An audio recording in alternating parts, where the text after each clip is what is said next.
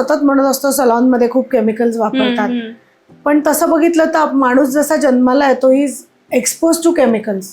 So medicine is a kind of chemical. तुम्ही लहान मुलांना कॉस्मेटिक्स लावता, शॅम्पू असू देत, सोप असू देत, टॅल्कम पावडर लावतो आपण किंवा काही क्रीम्स लावतो, हे सगळं कॉस्मेटिकच आहे. त्यानंतर बेबी फूड पासून सुरुवात होतो. Anything which is packaged is a chemical, it's a product, it's not food. जसं मूल मोठं होतं तसं माणूस जसा मोठा होतो is expose to shampoos, everything. So whatever we are using in our daily life is chemical.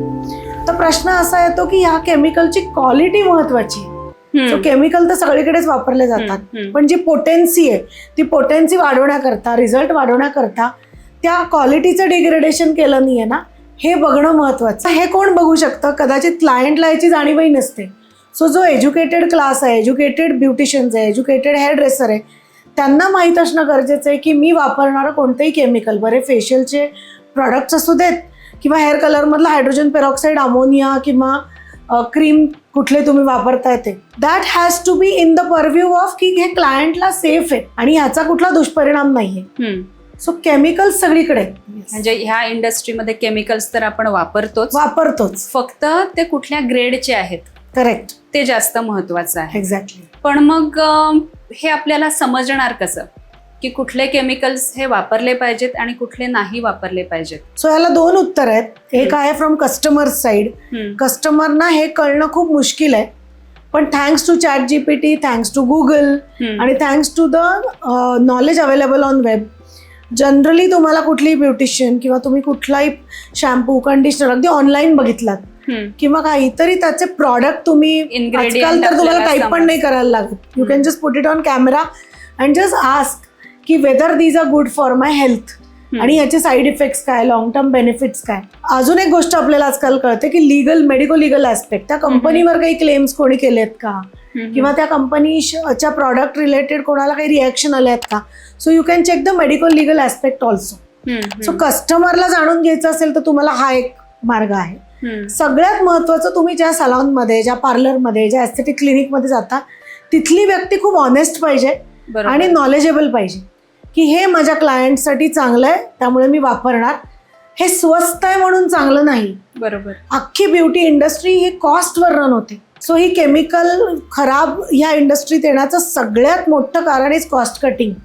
लोकांना काय पाहिजे, लोकांना ज्या ट्रीटमेंट 2 आणि 3 हजार रुपयात त्या जर 700-800 रुपयात मिळाल्या तर लोक काय म्हणतात, हे पार्लर स्वस्त आहे, तिकडे गर्दी करतात. तुला माहिती आहे पुण्यात अशी काही पार्लर आहेत ज्या 7-7, 8-8 ट्रीटमेंट 800 रुपये, 1000 रुपये, 1500 रुपये असेही देतात. सो त्यांच्याकडे ते कॅन मधले प्रॉडक्ट्स आणून देतात ज्याला कोणताही मॅन्युफॅक्चरिंग ऍक्टच लागू पडत नाही. कुठेतरी एका मुंबईमध्ये एखाद्या धारावी सारख्या ठिकाणी किंवा कलकत्त्यामध्ये अशा ठिकाणी हे मॅन्युफॅक्चर होतात आणि त्याला कुठलंही लेबलिंग नाही, त्याला कुठलं ग्रेड नाही, काही केमिकल टेस्टिंग नाही. तर लोकांनी काय बघितलं पाहिजे, फक्त सलॉन छान आणि ट्रीटमेंट स्वस्त आहेत म्हणजे चांगलं, बिलकुल नाही. माझ्या चेहऱ्यावर, माझ्या केसांवर तुम्ही काय प्रॉडक्ट लावताय, जे सांगताय तेच लावताय का. सो मला वाटतं ऍक्च्युली आमच्या इंडस्ट्रीचा सगळ्यात मोठा पाया हा ऑनेस्टी आहे अँड शोछा. एखादा सलॉन साधा असेल पण ती प्रॉडक्ट खूप चांगल्या क्वालिटीचे वापरतीये, that is the right salon for you, किंवा ऑनेस्टली सांगतीये. सो तुला माहितीये मग आपण नेहमी हे बोलतो की केराटिन, ॲक्वा, ह्याच्यात खूप फॉर्मलडिहाइड आहे. सो माझ्या सलॉनमध्ये, इम्प्रेशन हेअर अँड ब्युटी क्लिनिकमध्ये आजपर्यंत मी फॉर्मलडिहाइड असलेलं एकही प्रॉडक्ट विकत घेतलं नाही. बिकॉज फॉर्मलडिहाइड पूर्वी it was meant for storing the dead bodies आणि that started causing cancers in doctors. So it's banned in medical industry, it is banned in beauty industry. India ही एकमेव industry अशी आहे की जिथे पॅकेटवरती काही लिहिलं नसलं तरी सेल होतात. सो तुला सांगते, हेअर केमिकल्स मध्ये असे काही प्रॉडक्ट आहेत, स्टेप 1, स्टेप 2, म्हणजे हे आधी लावा आणि हे नंतर लावा. ब्युटिशियन फक्त त्याचं कॉस्ट बघतात, चला दुसरं प्रॉडक्ट 3000 आहे ना ब्रँडवालं, हे मला 1500 मिळते, क्लायंट पण खुश, मी तेवढेच पैसे घेऊ शकते, म्हणजे मार्जिन वाढलं. पण त्या पॅकेटवर काय आहे, त्यात फॉर्मलडिहाइड आहे का, फॅलेट्स आहेत का, पॅराबिन्स आहेत का, असतील तर काय क्वालिटीचे पॅराबिन्स आहेत, फॅलेट्स आहेत. Nobody has time, only few people have knowledge. खूप कमी लोकांना नॉलेज हे सगळ्यात जास्त महत्वाचं आहे. म्हणजे आपण म्हणूयात की ज्यांचं सलॉन आहे त्यांना, ब्युटिशियन्सला पण हे नॉलेज पाहिजे तो अवेअरनेस पाहिजे की आपण आपल्या क्लायंटला काय देतोय. ते कुठनं सुरू होतं? एज्युकेशन. एक्झॅक्टली. सो एज्युकेशनच सगळ्यात महत्वाचं. एज्युकेशनचा पाया इतका कच्चा झाला ब्युटी थेरपीत की लोक 8 दिवसात एस्थेटिक कोर्स करा, राईट. 2 दिवसात हेअर केमिकल कोर्स करा. त्यामुळे तुम्ही इतकं त्या स्टुडंटला शिकवूच शकत नाही. सो अकॅडमीजनी पण वेळ दिला पाहिजे. पहिले अकॅडमीजलाच हे आलं पाहिजे, टीचर्सलाच नॉलेज कमी आहे. तर हे जर सगळं पास ऑन नाही झालं ना, it's going to be traumatic for the next generation. बरोबर. म्हणजे कसं आहे की आपण आता तू जे म्हटले की कॉस्ट इफेक्टिव्ह सगळेजण बघतात. ठीक आहे, आपण ब्युटिशियन म्हणू, ते त्याचा बिझनेस करते, पण एंड युजर जो आहे त्यांना सुद्धा हे माहिती पाहिजे की अरे आपल्याला काय लावलं जात आहे. करेक्ट. आपणही फक्त कॉस्टचा हा विचार नाही केला पाहिजे. करेक्ट. कारण स्किन आपण जेव्हा म्हणतो, म्हणजे बिईंग अ डॉक्टर, स्किन हा सगळ्यात मोठा ऑर्गन आहे करेक्ट. आपल्या शरीरातला, आणि जे काही आपण लावतोय ते सगळं ब्लड स्ट्रीम मध्ये ऍब्झॉर्ब होत आहे. अगदी. ब्लड स्ट्रीम मध्ये जात आहे म्हणजे मग त्याचा सगळ्यावरच परिणाम होतो. पूर्ण सिस्टीम, सगळ्या सिस्टीम्सवर परिणाम होतोय. आपण ज्या ठिकाणी लावतोय त्या ठिकाणच्या ऑर्गन्सवर पण परिणाम होतोय. त्यामुळे हा एवढा मोठा अवेअरनेसच नाहीये लोकांमध्ये.